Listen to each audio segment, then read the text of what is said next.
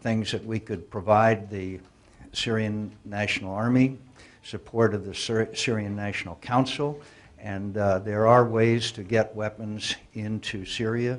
It is time we gave them the wherewithal to fight back and stop the slaughter.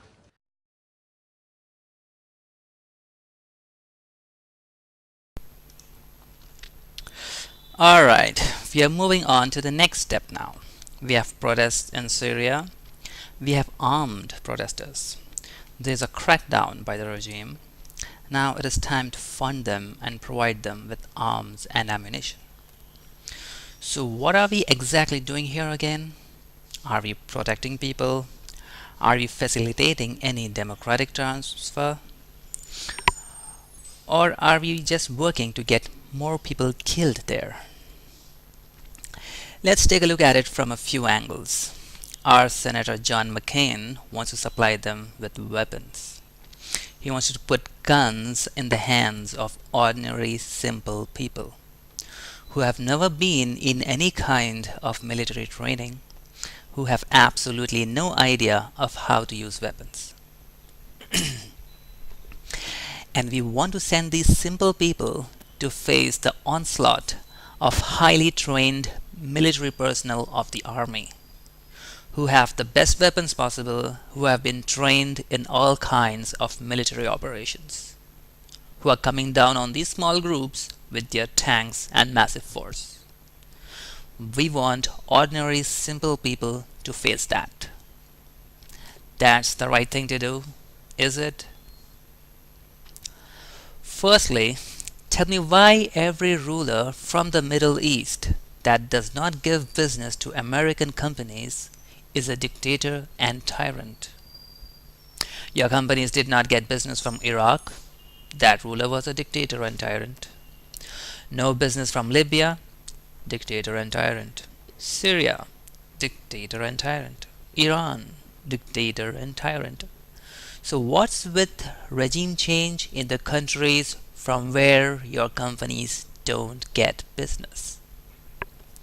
Secondly, if it is democracy that you want, if it's the people that you care for, then why are your politicians totally silent about Egypt? Because you already have the necessary ties with Egypt? There was a revolution in Egypt, but there is still a military rule over there. There are so many protests out there right now wanting democracy and a civilian transfer. Why don't we hear anything from your politicians supporting that transfer? How come Hillary and yourself are not working to facilitate a democratic transfer in Egypt? Thirdly, if it is democracy that you want to see in Syria, then why use of guns? Would you tolerate the same in America? People taking guns in their hands, going on the streets and demanding change. You used pepper spray on peaceful student protesters. You will not allow protesters to even pitch a tent in the park, saying that is not allowed. And you are standing there saying we should supply guns to people in other countries.